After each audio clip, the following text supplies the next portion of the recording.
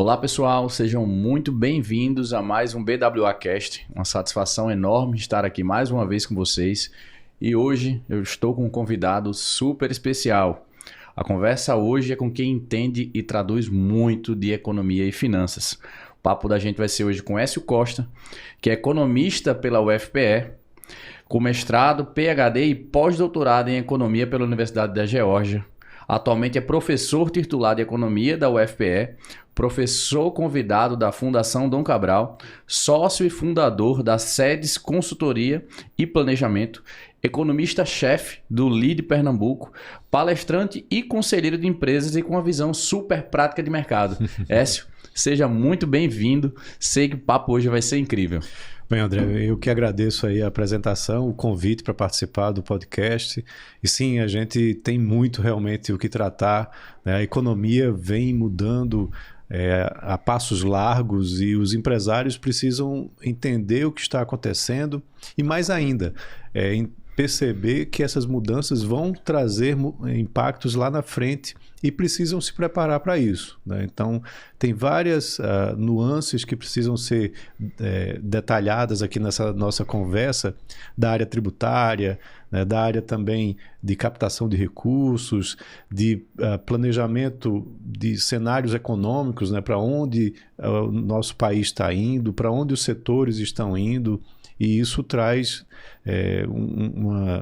uma perspectiva de mudanças nos resultados das empresas. Então, é muito importante. Convido a todos, né, que fiquem até o final, acompanhem esse nosso bate-papo de hoje. Com certeza, com certeza. A gente vai estar hoje abordando, pessoal, aspectos da reforma tributária, quais impactos econômicos que a gente tende a vivenciar no mercado, né? O que as empresas precisam fazer para se adequarem para tudo isso ali que a gente tem passado, quais são as estratégias que a gente deve adotar para gerar mais caixa. A gente fala muito na BWA que é uma das maiores mudanças dos últimos 60 anos, afinal, é uma mudança significativa e estrutural, não só tributária, mas muito mais econômica na perspectiva de negócios, e a gente vai passar por isso aqui hoje, né? Então, eu queria fazer uma breve introdução para quem não está ali muito familiarizado com esse tema da reforma tributária, que parece, de certa forma, que está um pouco distante, porque falam que só vai começar em 2027,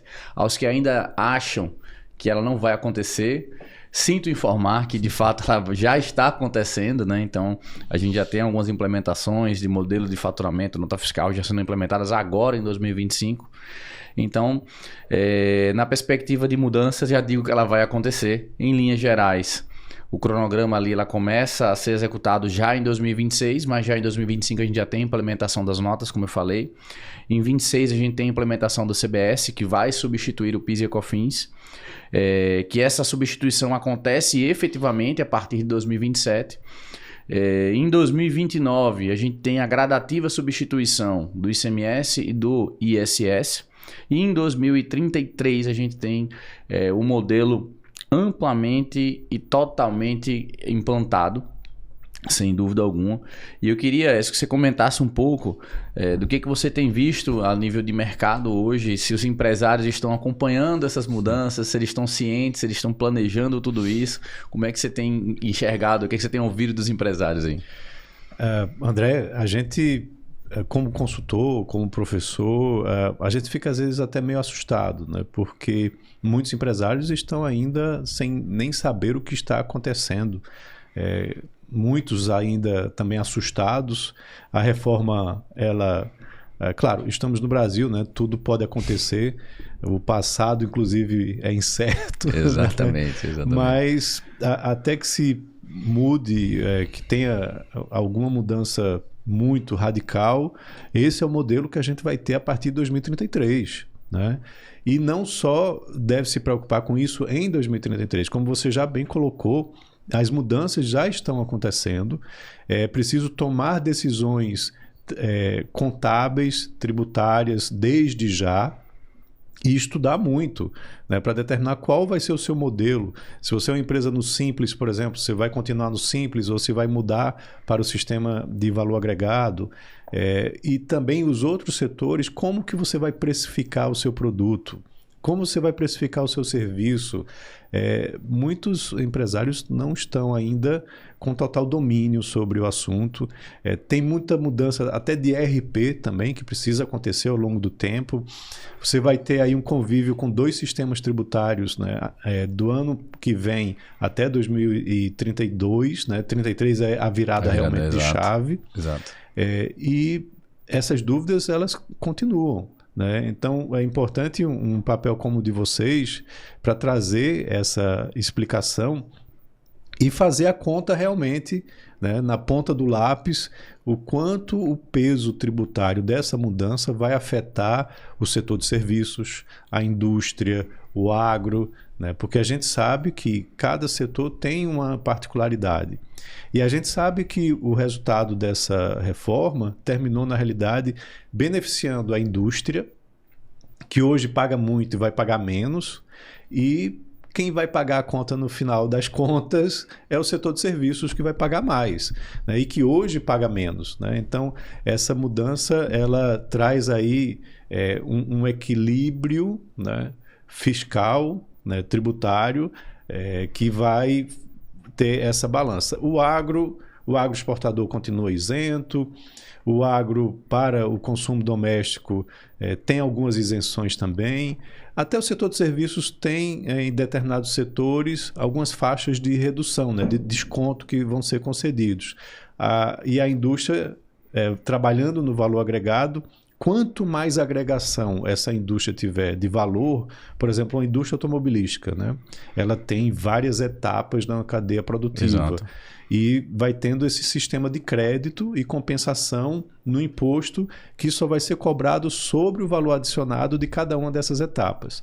Então, um setor como esse vai ter os seus preços dos seus produtos, se espera, pelo menos, que haja uma redução desse preço, né? Enquanto que os serviços vai ter uma elevação. Porque o setor de serviços usa muita mão de obra, né, e poucos insumos. Então, a mão de obra que é própria, ela não conta nesse cálculo de valor adicionado. Exatamente. Que é a grande reclamação do setor de serviços, né? Então, assim, isso vai fazer com que alguns serviços se tornem mais caros, né, por conta disso. E aí essa dinâmica toda precisa ser estudada, né? Eu sei que vocês fazem um trabalho excelente nisso, precificando, né, o peso da reforma para cada um desses setores.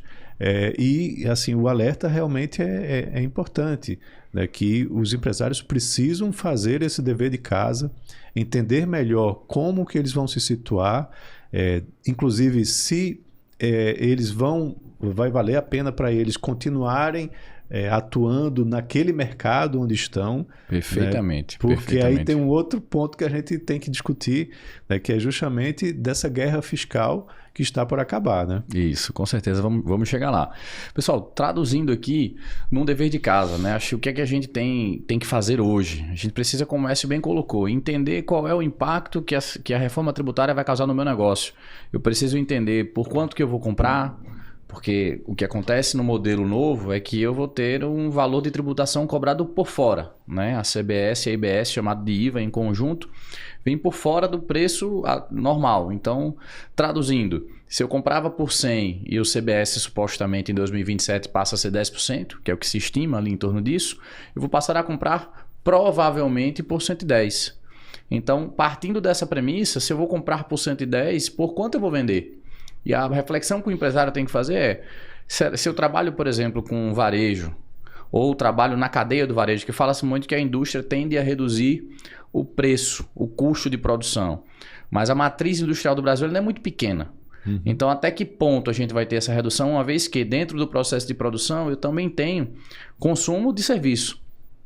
Consumo de aquisição de outras indústrias que passam, às vezes, por distribuidores que estão sendo afetados. Então, a gente tem todo um processo de reacomodação financeira que precisa ser calculado para chegar num ponto de reflexão de qual será o meu novo preço, considerando as premissas de novos valores de compra, novos valores de venda, e será que o meu produto ainda vai ter mercado?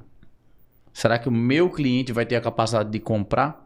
será que eu ainda vou ter o mesmo volume de vendas ou será que eu vou ter uma expansão de mercado ou uma redução de mercado? Com isso, eu passo a substituir alguns padrões de consumo ou o padrão de consumo do meu produto passa a ser substituído? Então, eu queria que você fizesse um pouco de perspectiva econômica. O que você entende a nível de inflação, de consumo, de tudo isso que vem ali com a reforma tributária, que eu acho que é uma vertente super relevante para se considerar, né? André, isso é uma preocupação enorme, tá? Inclusive, eu não queria estar na pele dos técnicos do IBGE com essa mudança, porque se hoje já são criticados, né? Porque a inflação mede um patamar de reajuste de preços de uma cesta de bens, né, bastante ampla, e muitos consumidores reclamam dizendo, não, mas eu chego no supermercado, eu não vejo essa realidade, eu vejo muito mais caro. É porque é uma cesta de bens, né? Então tem diversos itens ali. Com a virada de chave e a implantação, né, do IBS e do CBS, o nosso IVA, você vai ter realmente essa precificação refeita, né? Então, alguns itens se espera que haja redução, mas aí sempre, né, com o pé atrás, porque a gente sabe que às vezes você não vê isso realmente acontecendo na prática, principalmente se forem mercados muito fechados, mas também tem outros que vão sofrer reajustes para cima, mais aí a área de serviços, e aí tem essa questão da cobrança por fora, como você mencionou, que ela vai inicialmente adicionar um custo, né, para aquele varejo, né, que vai estar comprando, e ele vai repassar isso adiante, né, se estiver, por exemplo, dentro de uma cadeia. Mas se estiver atendendo o consumidor final, talvez ele não consiga repassar isso. Se ele está no simples, ele precisa realmente fazer aquela conta, né? Olha, hoje eu estou na tabela de acordo com o meu faturamento de tantos % da receita que eu vou pagar. E adotando o IBS e o CBS, eu vou ter essa compensação, né, com os itens que eu estou comprando, com o aluguel que eu vou estar pagando, com a conta de energia, com até o contador, né, ele pode colocar isso como um crédito. E vai pagar um percentual, né, que aí a gente, combinando os dois, se fala algo em torno de 27,5%. Né? Exato. Pode ser que ainda suba mais daqui até lá, em cima daquela margem de valor agregado. Se esse valor ficar acima do que o do simples, você mantém o simples, né? Se ele ficou abaixo, né, do simples, vale a pena você migrar. E praticando os mesmos preços, né? Essa seria a simulação. Mas vai ter outros setores que não estão no simples, que tem um faturamento mais elevado, que aí não vai ter mais lucro presumido, né? Você vai ter agora realmente que adotar esse sistema e fazer a sua conta dentro do seu DRE, se você está atingindo lá, né, o ponto de equilíbrio, o preço de ponto de equilíbrio, que justifique manter o preço. Caso contrário, você realmente vai ter que fazer uma elevação desse preço, observando o mercado. Aí o ponto importante também é que ninguém vai estar sozinho nessa, né? Exato, exatamente. Todas as empresas do setor vão estar com a mesma dificuldade e aquela empresa que tiver o melhor sistema de contabilidade, a melhor organização para conseguir se creditar o máximo possível dessas despesas que abatem do valor agregado que vai originar o pagamento do imposto, elas vão estar melhor posicionadas, vão ter mais margem, né, do que a outra. Então, assim, isso cada empresa vai ter uma análise a ser feita, né, e vai impactar sim. Você vai ter uma mudança dos preços praticados na economia. Os bens industrializados, a tendência é que eles tenham uma redução. E os serviços é que você tenha uma elevação desses preços, justamente porque as cargas tributárias vão estar mudando. Assim, a gente gosta de ser otimista, né? E sendo otimista, a expectativa é que você tenha um modelo de mercado, a partir de agora, parecido com o que acontece nos Estados Unidos, parecido com o que acontece na Europa, parecido com o que acontece com os nossos vizinhos aqui da América Latina. Sim. Onde os produtos eles são mais baratos, e os serviços são mais caros, né? Essa realidade, você vê muito uma comparação, né? O carro XYZ lá nos Estados Unidos custa metade ou menos da metade que o mesmo carro aqui no Brasil. A tendência é que você tenha essa redução do preço aqui no Brasil também, porque hoje, quando você olha, você sabe bem disso, né, André? Sim. Quando você olha todos os impostos que são calculados em cima da produção e venda daquele veículo, passa de 50%, né? Com o IBS e CBS, isso vai estar limitado a 27,5%. Então, de cara, já traz uma redução forte, né? Já os serviços, eles vão subir do que muitas vezes você tem uma empresa praticando um lucro presumido, né? Com taxas bem mais, o aglomerado bem mais baixas, e elas vão subir para os 27,5%. Aí você vai ter essa elevação do preço dos serviços, né? É verdade. A gente tem um desafio aí de equalização de toda essa mudança no nosso ecossistema, né? Por isso que a gente fala que a gente tem que ter... O empresário precisa ter muita atenção neste momento. Você falou do Simples Nacional. Se eu estiver olhando aqui para um período mais curto, vamos falar de 2027, supondo que admitindo que o CBS fique em torno de 10%. Tem empresa no Simples que não tem esse lucro. Uhum. Então você imagina se eu não enxergo isso e a partir de janeiro de 27 eu começo a comprar 10% mais caro. Eu estou fadado a sair do mercado. Porque eu não tomei a decisão correta, porque eu não fiz um bom planejamento tributário e acabei ficando fora. Só pelo preço de compra. Não estou nem falando da demanda do meu cliente. Isso. Então, ao mesmo tempo, o meu concorrente que está enxergando isso, ele pode ter um aumento também de oportunidade, porque tem concorrentes dele que vão estar saindo do mercado por causa disso. Então, a gente passa a ter um cenário de mudanças de dentro da companhia e de fora da companhia que podem me dar mais capacidade e necessidade também de reestruturação. Então, tudo isso tem que ser pesado. Você considera que as empresas do lucro presumido também passam por uma sistemática muito parecida. Elas substituem o PIS e COFINS hoje de 3,65 passando para 10%. Até que ponto eu consigo me estruturar com isso? Porque eu posso chegar a pagar 10% sobre o meu faturamento porque eu não tomo crédito de nada. E no final das contas...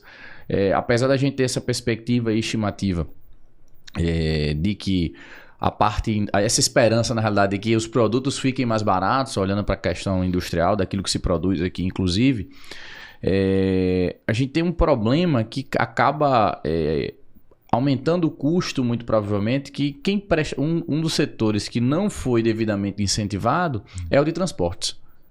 Rodoviário de cargas. Então, o transporte rodoviário de cargas ele não foi incentivado adequadamente. E há uma tendência inflacionária neste setor. Então, se tudo no Brasil é transportado, e o Brasil é um país gigantesco, o quanto que isso na cadeia vai impactar no preço final do produto? Então, acho que ficou um pouco de fora do que poderia ter sido melhor observado dentro do contexto ali de reforma tributária. Mas a recomendação que a gente dá aqui é que façam conta e avaliem. O negligenciar esse momento eu acho que pode ser muito custoso para as empresas. Uma coisa é certa, todo mundo vai precisar de caixa e todo mundo vai precisar fazer muita conta. Então, entrando nessa perspectiva de caixa, de planejamento, a gente não pode deixar de falar, hoje a gente está aqui em Recife, né, no nosso Nordeste, e a região Nordeste é uma das regiões onde se tem mais incentivo fiscal, né, concedidos no país, óbvio, destacando-se ali da Zona Franca de Manaus, etc.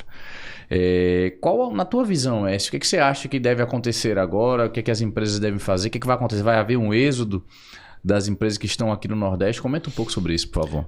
Isso é muito preocupante, né? Você tem até 2033 um fundo de compensação, né? E a partir daí você vira a chave para um fundo de desenvolvimento regional. Esse fundo de compensação ele já não dá conta, né? Porque existem hoje uma série de incentivos fiscais que são dados pelos estados, principalmente na guerra fiscal do ICMS, que é um dos impostos que vai deixar de existir, né? E aí o valor que foi destinado no fundo de compensação ele fica muito aquém do valor que ninguém sabe exatamente quanto é, né? Desse custo desses benefícios fiscais. Mas se sabe que o valor prometido do Fundo de Compensação e depois do Fundo de Desenvolvimento Regional, esses valores ficam bem abaixo. Então, há sim um risco muito grande de diversas indústrias que estão hoje espalhadas, né, por regiões aqui do Nordeste, do Centro-Oeste. O Norte não, porque a Zona Franca de Manaus foi mantida. Isso. Né? E ela pode, na realidade, servir até como uma região que vai atrair indústrias. E a região Sudeste também não corre tantos riscos assim. Eu vou explicar um porquê. Mas a questão toda está nas regiões Nordeste e Centro-Oeste, que hoje muitas indústrias se instalaram nessas regiões baseadas puramente no incentivo fiscal. Porque você tem uma deficiência grande de estradas, de infraestrutura, de mão de obra capacitada, até de fornecimento de energia, muitas vezes. E esses custos, eles fazem com que essas regiões sejam menos atrativas do que a região Sudeste. E, além disso, você tem uma região Sudeste com São Paulo, por exemplo, que representa 50%, arredondando, do PIB nacional. Então, um mercado consumidor gigantesco que está lá, várias cadeias produtivas estão lá dentro e você tem infraestrutura de primeiro mundo, né? Pelo menos comparado com a região Sudeste, Centro-Oeste e Nordeste. Então, muitas indústrias já estão fazendo, né, o seu dever de casa novamente para ver se vale a pena a manutenção dessas indústrias aqui na região. Claro, você trouxe um ponto importante, o custo do transporte. Ele vai ter uma relevância, até porque ele não foi incentivado, né, como você mencionou, e aí isso pode ser um fator para justificar a permanência dessas indústrias aqui na região Nordeste, principalmente quando a gente estiver falando de indústrias de baixo valor agregado, que tem muito volume, ou que tem muito peso, e aí isso demanda um deslocamento maior, mais caro, né, de trazer produtos do Sudeste para a região Nordeste. Então isso pode justificar a permanência dessas indústrias. A região Centro-Oeste me preocupa bem mais do que a região Nordeste. Por quê? Porque se você tem a região Sudeste como o maior mercado consumidor do país, a região Nordeste é a segunda região em termos de tamanho de consumo. É maior até que a região Sul. Então, isso mantém algumas dessas indústrias aqui.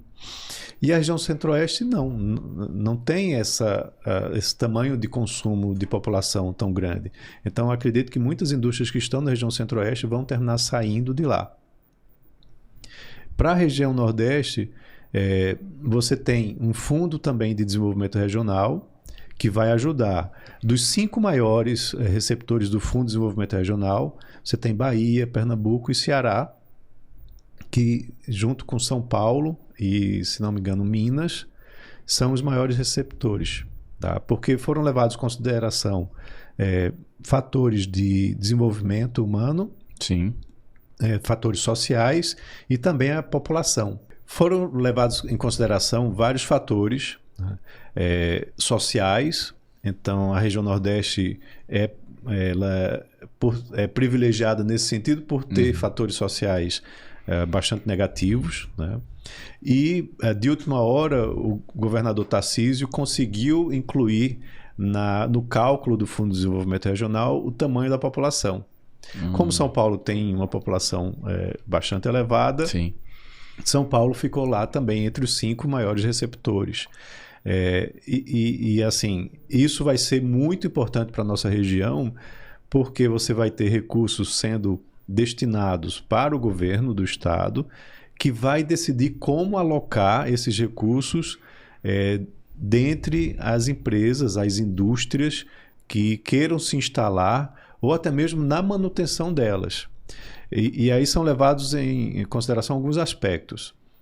Desenvolvimento tecnológico, meio ambiente, Basicamente, esses fatores. E então, indústrias que são muito relevantes para o nosso estado provavelmente vão receber esses incentivos, que podem ser, inclusive, incentivos em recursos financeiros. Você pode investir em infraestrutura para o escoamento dos produtos, em capacitação de mão de obra, em algum desenvolvimento tecnológico, ou pode fazer um incentivo financeiro especificamente para aquela indústria, para que ela se mantenha instalada aqui na região. Então, imagina como isso vai ser a partir de 2033, com essa alocação por todos os estados vão receber recursos, e vai ser preciso muito estudo também econômico para determinar que aquela indústria A merece mais receber os recursos do que a indústria B.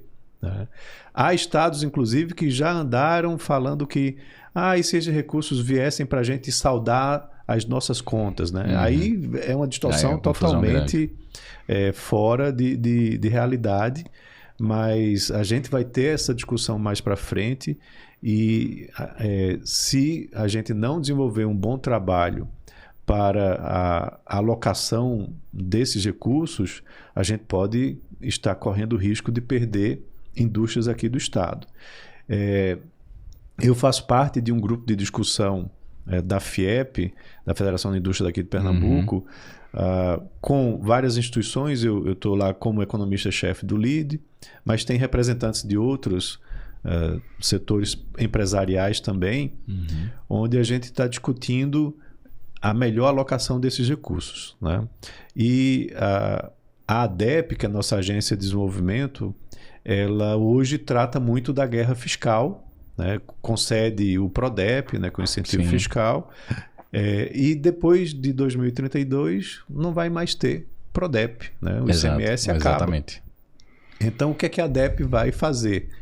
Então, minha defesa nesse grupo de estudo é que a ADEP passe a ter a responsabilidade de desenvolver os estudos, né, para a alocação desses recursos, né, da maneira mais otimizada possível. Então, o governo do estado está sendo chamado para essa discussão também, para que provavelmente seja esse o encaminhamento. Só que isso vai se repetir em todos os estados. Sim, né? Sim, com certeza. E aí eu tenho uma preocupação também que os estados do Nordeste precisam se alinhar na defesa da correta alocação desses recursos, para que Pernambuco não faça o que faz hoje, né? Pernambuco, Bahia, Ceará, que eles não façam o que é feito hoje, que fica um concorrendo com o outro. Começa uma nova guerra, né? Hoje existe uma guerra fiscal onde todos concorrem para a implantação de uma determinada indústria. Sim. É importante que depois de 2032 eles façam um alinhamento onde eles determinem áreas prioritárias, onde você tem vantagens competitivas, né, para a implantação de indústrias em determinadas regiões e deixem de concorrer entre si, né? Hoje você tem um consórcio Nordeste dos governadores. Nas federações de indústrias tem também, né, um agrupamento das federações do Nordeste em prol do desenvolvimento industrial. Então precisa ter algo nesse sentido também, para que esses recursos possam ser alocados da melhor forma possível, em que eles não concorram diretamente entre si e se juntem para concorrer com, por exemplo, a região Sudeste, né? Ou região Centro-Oeste, assim por diante. E aí você possa ter uma melhor alocação desses recursos. Mas veja que é muita discussão que ainda precisa ser feita, né? E a gente daqui a pouco chega em 2032, né? Exatamente, exato. Acho que tem alguns detalhes importantes, né? Acho que uma das mudanças com a reforma tributária, você falou de população e consumo, é justamente a destinação da tributação, que passa a ser do local de destino.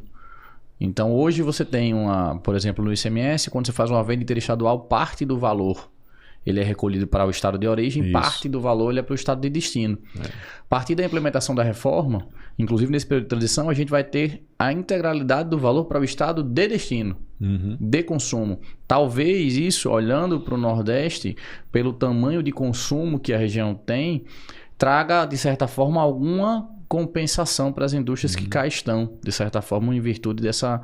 Mas, sem dúvida alguma, é possível crer que a gente vai haver uma grande movimentação, né, de empresas, dado toda essa situação de custos logísticos, de precificação, de consumo, mas também no cenário econômico político, você vai ter uma mudança no caixa dos estados.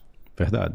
Certamente a gente não vai deixar de ter uma movimentação nessa perspectiva também. Então, os governos estaduais vão precisar entender os seus orçamentos também. E eu acho o bacana, depois desse processo implementado, é que a gente vai ter um cenário empresarial muito mais forte. No final das contas, que como você bem falou, com o fim dos incentivos fiscais, o jogo vai ser de onde é que eu vou conseguir ter melhores condições de implantação. Porque você sabe que hoje alguns estados acabam concedendo áreas de instalação industrial que não tem uma estrutura minimamente razoável para se empreender, né? Então, desde infraestrutura de vias e, enfim, até internet, entre outros ali, energia, que não está 100% adequada. Então, só basicamente estão doando o terreno, mas a infraestrutura não existe, né? Então, acho que isso vai dar um pouco mais de competitividade. Mas o que eu acho que tem alguns outros pontos que são relevantes olhando também para hoje. A gente não pode deixar, acho que dentro do contexto da reforma, de olhar para o presente, mas olhar para o futuro, mas também não deixar de olhar para o presente, né? Então, a gente tem a questão dos fundos de compensação, como você falou. Primeiro dever de casa, e eu acho que tem um problema, um porém ali, que eu acho que isso vai acabar gerando judicializações, é que o fundo de compensação era para todos os incentivos fiscais, pelo que você tinha na Constituição Federal. E daí, todos os incentivos fiscais a nível de ICMS, né, estavam ali abrangidos por isso. Só que, quando a gente veio para o texto da Lei Complementar 214, foi retirado os incentivos comerciais, mantendo-se apenas os industriais. E a quantidade de distribuidoras, inclusive de comercial importadoras que a gente tem nos nossos portos, como é que elas vão ser tratadas? Uma vez que a gente teve uma interpretação que deu uma restrição que estava na Constituição. Então você tem um primeiro problema que já acaba um dever de casa de judicialização para essas companhias. Olhando a nível de tempo também, quem tem o incentivo fiscal precisa se credenciar já a partir do ano que vem para garantir o direito a receber esse fundo de compensação que começa em 2029. Então você tem um dever para isso. Olhando na perspectiva de caixa ainda, às vezes tem companhias e empresários que param, não estão olhando para o que está acontecendo. Isso pode sair muito caro dentro do processo. Por quê? Os incentivos fiscais ainda estão sendo concedidos. Então ainda existe muita oportunidade até 2032. Exato. Então a gente está falando de um período aí de quase 7 anos de geração de caixa com os incentivos fiscais. E eu queria que você falasse um pouco sobre o teu trabalho nessa área de concessão de incentivos, porque eu acho que é super oportuno. É uma grande oportunidade de geração de caixa que todos os estudos demonstram que a reforma tributária vai impactar demais o caixa das empresas. E a gente enxerga que essa é uma das grandes alternativas, é justamente a utilização de incentivos. Então, comenta um pouco sobre isso, por favor. Os incentivos, eles ainda, como você mencionou, valem até 2032. Você tem uma redução gradual, né, do impacto deles, mas eu continuo, né, com demandas de empresas que entendem que o incentivo fiscal, principalmente a redução do ICMS, é uma peça fundamental para viabilizar a implantação desses negócios aqui na região Nordeste e aqui em Pernambuco, que a gente tá falando daqui principalmente, né? E o Prodep, por exemplo, mas também lá no Ceará, na Bahia, na Paraíba, todos os estados têm um programa específico que deve sim ser utilizado para a indústria, para a central de distribuição, para a importação. Eles vão continuar assim, valendo a pena a utilização deles. E a gente olha, às vezes tem empresas que dizem, mas isso só vai até 2032. Cara, são 7 anos, né? O custo de você fazer a solicitação desse incentivo, ele muitas vezes em um mês já se paga. 1000 vezes, 1000 vezes. Pois é, então é algo que a gente até acha estranho a empresa tendo essa ferramenta, não utilizar ela enquanto pode utilizar, né? Porque senão isso termina inviabilizando muitas vezes ou reduzindo a lucratividade dessas empresas que estão aqui na região. E o seu concorrente vai estar fazendo, né? Então, continua tudo funcionando normal. Tem também os incentivos da Sudene, né? O incentivo da Sudene e no norte da Sudã para a redução do IRPJ continuam independente de reforma tributária. Exato. Porque a gente está falando de outro tributo, né? Imposto de renda, né? Não são os tributos que estão nessa reforma. Eles podem ser impactados pela reforma da renda, que aí já é uma outra discussão, né? Com aquela tributação mínima dos 10%. Isso. As empresas incentivadas que distribuem lucro, o sócio vai ter uma distribuição menor e aí isso pode servir como desincentivo. Então eu tenho defendido também que nessa reforma da renda, se ela for adiante, que tenha uma cláusula específica para que a distribuição de lucros das empresas incentivadas com redução de IRPJ seja contabilizado o valor cheio. Porque senão você não tem o porquê ter o incentivo. Sim, com você vai certeza. terminar pagando mais como pessoa jurídica. Entendeu? Então, os incentivos continuam, né? O jogo continua, né? Nessa guerra fiscal, vai reduzindo gradualmente, depois de 2033, como eu até mencionei antes na nossa conversa, a ADEP perde a sua função aqui em Pernambuco, né, de alocação desse PRODEP, porque o PRODEP vai deixar de existir. E aí vai passar a se pensar em outras formas, né, de trazer incentivos fiscais. Um ponto interessante que você estava mencionando é a arrecadação, ela vai ser agora mais no destino, vai ser no destino. Isso. Né? Hoje é meio que compartilhada. Exato. Né? E isso vai aumentar o caixa de alguns estados, né? Sim. Principalmente estados que têm mais consumo. Sabe o que pode acontecer também? A guerra fiscal hoje é setorial, né? Você escolhe um setor A, B ou C e reduz o ICMS. Depois que o IBS e ICBS forem implantados, a parte que cabe aos estados e municípios, você não vai poder fazer isso mais setorialmente. Ou você reduz tudo, né? Ou você não pode fazer nada, ou dar um incentivo financeiro, como eu estava mencionando, do Fundo de Desenvolvimento Regional. Se tiver estados com muito caixa, numa situação melhor do que está hoje, pode haver uma concorrência em termos da redução de toda a alíquota para a atração de indústrias, né, ou manutenção de algumas indústrias. Então, esse não é um cenário descartado. Há essa possibilidade também. Os estados vão ter essa possibilidade de reduzir também o seu imposto. E outra coisa importante, hoje o consumidor não sabe o quanto ele está pagando de imposto. Ele acha muitas vezes que o imposto que ele paga no combustível é o mesmo que ele paga no veículo, que é o mesmo que ele paga no cinema, que é o mesmo que ele paga no restaurante, e é tudo totalmente diferente. Sim. E não aparece na nota, né? Alguns setores têm a discriminação, mas a grande maioria não. Com isso, você vai ter agora todos pagando o mesmo imposto. Isso vai ficar cada vez mais evidente para a sociedade, né? E isso pode gerar lá na frente, né, demandas da população para que essa carga tributária caia também. Sim. Né? Claro, vai trazer mais transparência, naturalmente. Transparência, né? Claro, vai demandar reforma administrativa, uma melhora na eficiência do setor público em prover os serviços para a população, para que essas despesas caiam e você, consequentemente, tenha uma carga tributária menor também. Mas é uma situação bem melhor do que a que a gente tem hoje.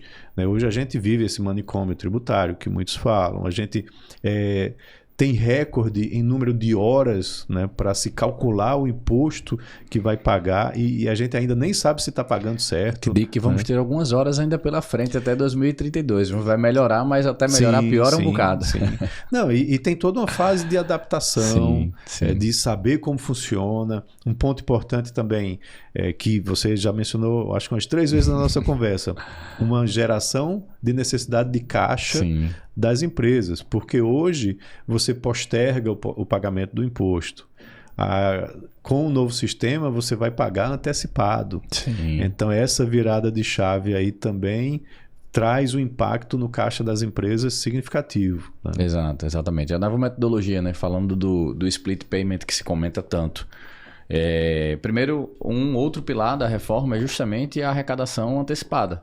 O split payment ele não permite que você literalmente sonegue. A cada entrada bancária, cartão de crédito, Pix, o governo vai ter a capacidade de arrecadar, já splitando, ou seja, separando os valores que pertencem ao governo e os valores que pertencem ao empresário. Então, isso vai possibilitar tanto a sonegação, né? Porque a não ser que seja movimentação em dinheiro, como também impacta diretamente o caixa das empresas na perspectiva de, se eu não recebo o valor agora, e se não estou na sistemática de créditos e débitos imediata, que é uma das modalidades possíveis no sistema de split, eu vou correr o risco de pagar primeiro e depois ser ressarcido. Então você tem um fluxo que muda totalmente dentro do processo. E isso, pessoal, traz mais ainda a necessidade da busca por incentivos fiscais. E na BWA, como a gente atua hoje no mercado nacional, a gente enxerga muito o desconhecimento do empresário. Você colocou um pouco não sei por que tem empresário que não requer. Eu acho que tem um ponto muito sensível que é a falta de conhecimento a respeito das oportunidades tributárias que o Brasil tem. Uhum. Então, acho que quando a gente fala aí do Sudeste, especialmente, quando a gente fala de incentivos de importação, o pessoal fala muito de Santa Catarina e do Espírito Santo. E desconhecem as operações que a gente tem hoje no Nordeste, que em cada estado tem a sua especificidade, a sua particularidade. Até mesmo no Norte, tem Roraima com algumas condições diferenciadas. Uhum. Mas quando você começa ali Alagoas, com os imprecatórios, você tem incentivos fiscais aqui em Pernambuco, com o PEAP 1 e 2, você tem o Rio Grande do Norte, a Paraíba. Então, de incentivos fiscais que você vai conseguir pagar 0 na entrada, 1% na saída, 1,5%, 2,5% na entrada, nada na saída. Então, cada estado tem a sua particularidade, e isso hoje pode ser o divisor de águas para as empresas, né? Assim, num momento em que você vai precisar de caixa, no momento em que a gente falou aqui que as empresas podem ter um aumento do tamanho de mercado, uma vez que concorrentes vão acabar saindo do processo. Surge ali uma oportunidade gigante quando você vai refazer seu planejamento tributário. De repente eu vou sair do Simples, ou eu vou sair do lucro presumido agora. Buscar os meus incentivos fiscais nestes estados pode gerar um caixa absurdo, e quanto de caixa, dependendo do tamanho da tua operação, do tamanho do aumento do teu mercado, até 32, né? Uhum. E além dos incentivos fiscais, eu acho que a gente falou também dos incentivos fiscais de ICMS, mas temos os federais, como você bem mencionou, mas além dessa regra de incentivos, a gente ainda tem a possibilidade de captação de recursos. Isso. E que ainda se faz muito pouco uso disso. E eu queria que você falasse um pouco do trabalho que você desenvolve hoje nas sedes, na parceria que a gente tem com a BWA, para a captação desses recursos. Explica um pouco para os nossos ouvintes aí como é que isso funciona, que recursos são esses, qual a taxa média. Então, a SEDES, Consultoria e Planejamento, eu fundei há mais de 20 anos, e inicialmente o que a gente procurou foi realmente trazer soluções, né, financeiras para as empresas, e principalmente a captação de recursos com linhas que sejam subsidiadas, linhas diferenciadas, porque o Brasil sempre teve um histórico, né, de ter taxas de juros muito altas, o que termina inviabilizando muitos negócios. No momento que a gente vive hoje, sim, inclusive, com a Selic de 15%, se você for fazer o seu plano de negócios, você pode chegar muitas vezes a uma inviabilidade da implantação daquele negócio, com um custo de capital tão alto como esse. Então, você tem aqui no Brasil linhas que são regionais e linhas que são também nacionais. Aqui na região Nordeste, você tem um fundo constitucional, o Fundo de Desenvolvimento do Nordeste, o FNE, que é aplicado principalmente pelo Banco do Nordeste. Mas nas regiões Norte e Centro-Oeste também tem, né? Você tem o FNO, onde o BASA é o principal aplicador desse recurso na região Norte. Uhum. O FCO, na região Centro-Oeste, com o Banco do Brasil. E a nível... Claro, e tem também no Sul, tem em Minas Gerais, tem em São Paulo, tem algumas linhas também específicas que têm alguns diferenciais. Mas esses fundos constitucionais são, em geral, os mais atrativos, né? Exato. Só fazendo um adendo no seu ponto. Uma das estratégias, inclusive estava discutindo com um cliente recente sobre isso, por que não abrir uma filial no Nordeste? Inclusive fazendo, se for o caso, alteração de endereço matriz, só com a indicação do número, que isso é possível hoje, para captar. Sim, sim. É uma alternativa. Isso é possível. Claro, tem algumas regrinhas que devem ser seguidas. A principal delas é que, se forem itens de investimento, esses itens de investimento têm que ser feitos naquela região específica. Mas o FNE, por exemplo, ele atende não só a região Nordeste, como o norte de Minas e o norte de Espírito Santo. Então, tem empresas que estrategicamente também fazem isso que você mencionou, usando o norte de Minas ou o norte de Espírito Santo para sua filial. Não precisa nem ser matriz, pode ser a filial também. E aí, falando a nível mais nacional, você tem o BNDES, né, com o atual governo vem desenvolvendo várias linhas que são utilizadas pelo BNDES, e tem que ficar sempre atento. Lá no passado, de uns 10 anos atrás, a gente teve inclusive linhas para aquisição de máquinas com taxas de 2% ao ano. Você deve lembrar disso também, lá no governo Dilma, né? E isso pode ser que volte. Então, tem que ficar sempre acompanhando como que essas linhas são apresentadas ao mercado. Existe a FINEP também, que é a financiadora de estudos e projetos. É um órgão que, no atual governo, vem recebendo uma alocação de recursos interessante, tem tido orçamento, e financia a modernização das empresas, o desenvolvimento tecnológico. Então, tem uma série de linhas dentro da FINEP, de atuação a nível nacional, de forma centralizada com eles ou descentralizada com bancos parceiros, onde você está falando de taxas de juros para o crédito reembolsável, ou seja, que você paga de volta à FINEP, porque tem linhas de fundo perdido, né, que você não, que é puramente de inovação e você não precisa pagar de volta, mas aí você tem que ter uma instituição, um ICT, né, um Instituto de Ciência e Tecnologia junto. É um trabalho até mais acadêmico do que realmente empresarial, mas é desenvolvimento de tecnologia. Mas nesse reembolsável, você está falando de taxas de juros que ficam em torno de 4,5% ou 5,5% ao ano. Com uma Selic de 15%, né, isso termina valendo muito a pena para a empresa fazer um investimento de desenvolvimento tecnológico, de uma modernização, da compra de uma máquina que vai tornar a sua produção mais eficiente, ou uma nova planta de um produto inovador, e tem a inovação interna, como tem também a inovação externa, ou seja, para os seus processos internos, ou para trazer um produto novo para o público em geral. Então, tudo isso é analisado e a FINEP atua no Brasil inteiro. Perfeito. Perfeito. Então, veja que há muitas oportunidades. Quando eu comecei lá atrás, eu trabalhava exclusivamente com recursos do FNE, aqui na região Nordeste. Só que aí a coisa foi crescendo, né? E hoje a gente atua a nível nacional, inclusive com clientes que a BWA traz para a gente também, clientes de todo o país, a gente vem atendendo. E depois da pandemia isso ficou ainda mais fácil, né? Sim, certamente. Porque antes os bancos eram ainda muito burocráticos, muito papel. Hoje a gente faz reunião online com um representante de instituição financeira, com o cliente, em qualquer lugar do país. Havendo necessidade de deslocamento, a gente faz também, mas isso cada vez menos tem sido cada vez menos necessário, né? Porque você encaminha os documentos, faz a reunião online, trata de tudo que deve ser desenvolvido e os projetos fluem naturalmente. Então isso vale muito a pena.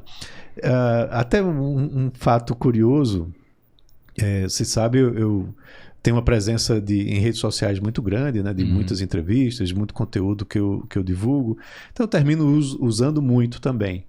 E aí ontem à noite, eu acho que eram as 11 da noite, eu estava no X lá, já quase cochilando para dormir e ainda vendo, né? Aí tinha uma postagem que viralizou da pessoa lá, eu não vou dizer nome, que disse, orgulhosa, né? Eu peguei dinheiro do banco e apliquei. E com o valor da aplicação, eu vou estar pagando as parcelas. Aí eu olhei assim e disse, isso não tem, assim, não parece que é algo que realmente está acontecendo. Porque normalmente o dinheiro que você pega emprestado do banco é mais custa caro. muito mais caro do que a aplicação financeira que você faz, né? Perfeito. Então essa pessoa errou nas contas que fez, com certeza. A não ser que ela tenha feito o seguinte, tenha pego um dinheiro de recurso, né, constitucional, como o FNE, FCO, FNO, ou do BNDES, ou da FINEP. E aí sim, realmente, se você pegasse esse dinheiro e aplicasse, como são recursos subsidiados, eles têm um custo menor do que a remuneração que você vai ter. Mas não funciona também assim. Você não pega esse dinheiro e coloca lá aplicado. Você pega esse dinheiro e compra a máquina, faz a obra civil, tem o capital de giro. E tudo isso tem que ser comprovado mediante, né, a apresentação de notas fiscais, tem que estar lá fisicamente, junto à instituição, certo? Agora, tem exceções. Quando eu estou conversando às vezes com empresários, e aqui da região Nordeste, então, acontece muito isso, por a gente ter esse histórico de taxas de juros muito altas, né? Muito empresário diz, eu não vou pegar dinheiro do banco, eu não quero dever a banco, porque eu sei lá o dia de amanhã, e se eu quebrar, e meu patrimônio, isso, aquilo outro. A gente ouve muito isso, né? Só que eles pegam muitas vezes e tem, por exemplo, a indústria com unidade aqui, vai abrir uma nova unidade, aí ele pega o capital de giro dessa unidade, né, e faz o investimento nessa nova unidade. Isso é quase um crime. Exatamente. É um crime, né? Porque ele mata essa empresa na liquidez dela para fazer o investimento dessa outra unidade que vai levar 10, 12 anos para retornar. E o giro, ele precisa daquilo rodando, né, mensalmente, né? Ele acha que assim que essa unidade abrir, esse dinheiro vai retornar. Não acontece isso. Então eu sou muitas vezes procurado pelo empresário desesperado, para dizer, olha, eu fiz esse investimento, aconteceu isso. Vamos tentar consertar o estrago que você fez, né? Tentar fazer reembolso, né?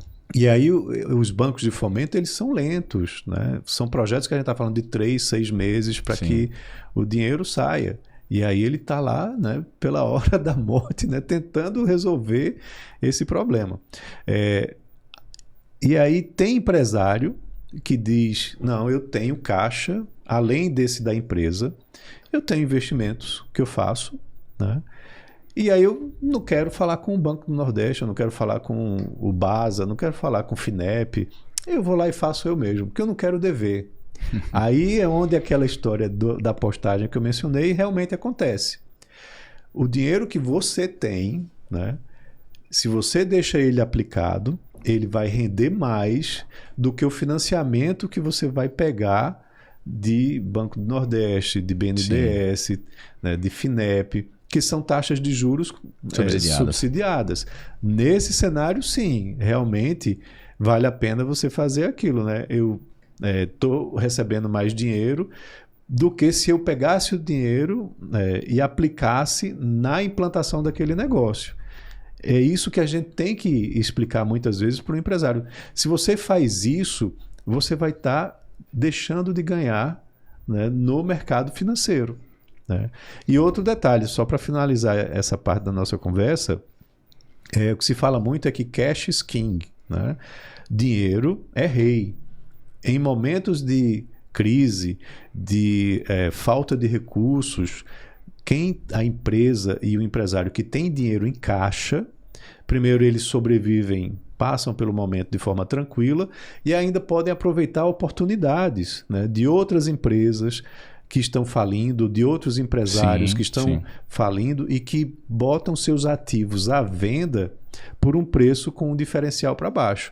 Então são oportunidades que ele pode fazer a aquisição, né, desses ativos. Então tudo é uma administração, né, de recursos e sempre olhando taxas de juros, né? Então, dos recursos subsidiados, você sempre tem que ter um relacionamento, né, com esse tipo de banco de fomento para tirar proveito de um incentivo financeiro que existe, né, que é dado principalmente aqui na região Nordeste. Com certeza, com certeza. Pessoal, assunto super sério, tá? A gente está falando de taxa Selic a 15%. Eu estava recentemente escutando uma frase, não me lembro o nome, mas era de um mineiro, que ele fala com 15%, não dá vontade do empresário sair de casa. Não tem que fazer nada, deixa o dinheiro aplicado. Mas do outro lado, a gente tem a possibilidade de captar recursos a 5% ao ano. É um terço do valor. Muito se fala hoje em inteligência artificial, que ela muda tudo. Todo mundo está correndo para implementar a inteligência artificial no seu negócio. Isso. Por que não fazer os projetos de inteligência artificial que vão gerar inovação, são investimentos tecnológicos, pura e simples, nas suas empresas numa captação como essa? Porque a gente tem uma tendência, olhando para todo o contexto econômico, tributário que a gente vai estar vivendo, de necessidade de caixa, investir de maneira inteligente, ou seja, por exemplo, em inteligência artificial, com recursos baratos, podem gerar um resultado absurdo no negócio das companhias a potencializarem esses resultados, sem dúvida alguma. Pensando nisso, a BWA fechou a parceria com a SEDES para facilitar para os seus clientes que possam realmente captar esses recursos de maneira mais inteligente e mais estruturada, né? Isso. E a inteligência artificial é uma realidade, só que, claro, precisa ser bem usada. Geralmente o que você precisa não está disponível. Exato. Né? Então você tem que fazer o desenvolvimento e o desenvolvimento é caro, né? Mas ele traz até retornos mais rápidos do que aquele exemplo que eu estava usando da implantação de uma nova indústria. Isso. Porque você otimiza processos, você reduz custos e aí você usando esse exemplo que você mencionou, você pode utilizar uma FINEP, né, para isso. Uhum. No país todo tem a disponibilidade, a gente desenvolve o projeto em linhas gerais, não precisa ser tão detalhado, porque o detalhamento ele vem a partir da aplicação, né, dos recursos, e assim essa inovação que você vai trazer para a sua empresa, ela tem um financiamento, a gente está falando de 72 meses para pagar, algumas linhas de 120 meses, com carência de 1 ano, 2, até 4 anos, e com taxas de juros que são, nesse caso, 3 vezes abaixo da Selic, né? Ao invés de 15%, você está falando de 5,5%, mais ou menos. Exatamente. Então vale muito a pena. Perfeito. Écio, mensagens finais aqui para os nossos ouvintes. Veja, inovar, empreender é algo muito difícil, né? A gente vive um cenário cada vez mais complexo. Veja recentemente toda essa mudança que está acontecendo, inclusive com as tarifas que o presidente Trump anunciou aqui para o Brasil de 50% para as exportações brasileiras para aquele destino. Isso mexe muito com a economia. Você tem também um governo que vem promovendo muitos gastos, o que fez com que o Banco Central elevasse a taxa de juros para poder conter a inflação. Você tem uma reforma tributária que vai mudar toda a realidade também da produção, né, de bens e serviços da economia, e aí isso demanda muita preparação, né, por parte do empresário. Então, todo empresário que eu converso em palestras, em reuniões, eu digo, olha, você tem que ter um planejamento estratégico, você tem que ter a elaboração de um plano de negócios, você não pode empreender porque deu na sua cabeça que aquilo vai valer a pena. Teste, né? Monte realmente um plano de negócios para ver se isso dá viabilidade. Tendo o plano de negócios em mãos e partindo para a implantação, vá atrás de recursos que são subsidiados. A gente conversou bastante sobre isso, tem muitas linhas disponíveis, não só no Nordeste, no Brasil todo. Promoveu essa captação de recursos, fez a implantação do negócio, agora vamos atrás dos incentivos fiscais, redução do ICMS, redução do ISS também tem, redução do IRPJ. Veja que quase todos os setores têm um programa de incentivo fiscal que você pode utilizar. e aproveite isso enquanto ele tem, né, disponível. Redução de RPJ, por exemplo, você pode renovar ele constantemente, né? Desde que o Congresso renove o incentivo fiscal também. Mas ele não acaba em 2032, é o que eu estou querendo dizer. E depois disso você ainda precisa fazer um acompanhamento, uma gestão econômico-financeira do seu negócio. Usar a BWA como parceiro. A gente também oferece um pouco dessa questão da gestão não contábil, né? Aí cada jogador do seu time, né? Exato. Mas e até porque vocês fazem isso com muita excelência e eu recomendo muito esse trabalho de vocês, porque vocês olham não só o para trás, né, mas vocês estão planejando também o para frente. O futuro. E a gente faz mais na questão econômica, né, de metas e de resultados, que complementa um pouco, né, esse trabalho de vocês. Mas veja, tudo é planejamento, né? Sim, desde a ideia de fazer aquele investimento até o jogar com o jogo, né? Ver o que é que tem disponível de recursos financeiros, de incentivos fiscais, a implantação e depois fazer uma boa gestão. Engraçado, em 20 anos de experiência eu já vi muita coisa e muito empresário que a gente vai conversar e dizer, e aí, teu DRE, você tem acompanhado, tem feito uma gestão sobre isso? Tem empresário que fica olhando assim com a cara para mim, aí eu já percebo logo, ele não sabe nem do que eu estou falando, né? Não sabe nem o que é um DRE. É raro, mas acontece com frequência. Pois é. Então, é algo que precisa ter muito planejamento. Ser empresário é como qualquer outra profissão. Precisa muito estudo, né? Você não é do nada se torna um empresário. E aquele self-made man, né, aquele cara que cresceu do nada e hoje é um bilionário, ele não é a mesma pessoa de lá de trás para que está ganhando, vencendo agora. Ele passou por todo um trabalho de preparação ao longo do tempo. Ele contratou muitos profissionais que trouxeram bagagem, trouxeram experiência para ajudar ele nisso, né? Então, esse planejamento ele é fundamental e, assim, acredito que a nossa contribuição nesse bate-papo de hoje, acho que ajuda a abrir a cabeça de muitos empresários para pensarem nessa questão tributária, na questão dos incentivos fiscais, na questão do planejamento, no olhar de futuro, né? Isso é fundamental. Com certeza, com certeza. Pessoal, mensagens finais, trocando tudo que a gente passou aqui hoje. Planejamento. Não deixem de olhar para o cenário econômico, para o cenário político que a gente vai viver. Não deixem de planejar tudo isso e mapear tudo isso que está acontecendo. Nós da BWA podemos ajudar vocês fazendo todo o cálculo para a reforma tributária. Eu acho que a gente falou aqui também sobre os incentivos fiscais e gostaria de fazer também um esclarecimento final. Às vezes a gente olha somente para o incentivo fiscal da minha própria operação e a gente atua muito, por exemplo, com redução de CAPEX, ou seja, dos custos de aquisição. Então, por exemplo, no mercado de construção civil, que é um mercado que compra muitas máquinas e equipamentos, por que não criar uma operação para subsidiar o seu próprio negócio ou adquirir de regiões onde existem incentivos fiscais para que eu possa comprar de maneira mais barata. Então, tem muita coisa legal que dá para fazer a partir disso aí. Existe um mundo de oportunidades que vão vir, que estão surgindo o tempo todo com essas mudanças econômicas, com a reforma tributária.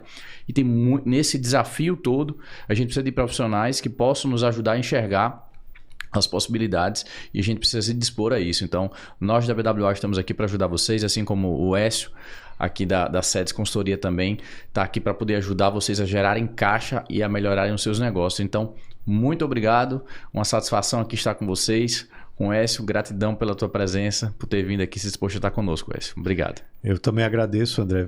Foi um prazer estar conversando com você e estamos à disposição, né, para conversas também com os clientes da BWA que tenham interesse em discutir mais sobre todos esses pontos que a gente mencionou e continuar confiando que o Brasil, apesar de todas as suas crises, né, a gente pula de crise em crise, mas aqueles que sabem atuar bem, que fazem o seu dever de casa, né, que se preparam, eles sempre saem melhor em cada crise, né? Isso aqui é muito importante. Com certeza, com certeza. Pessoal, muito obrigado.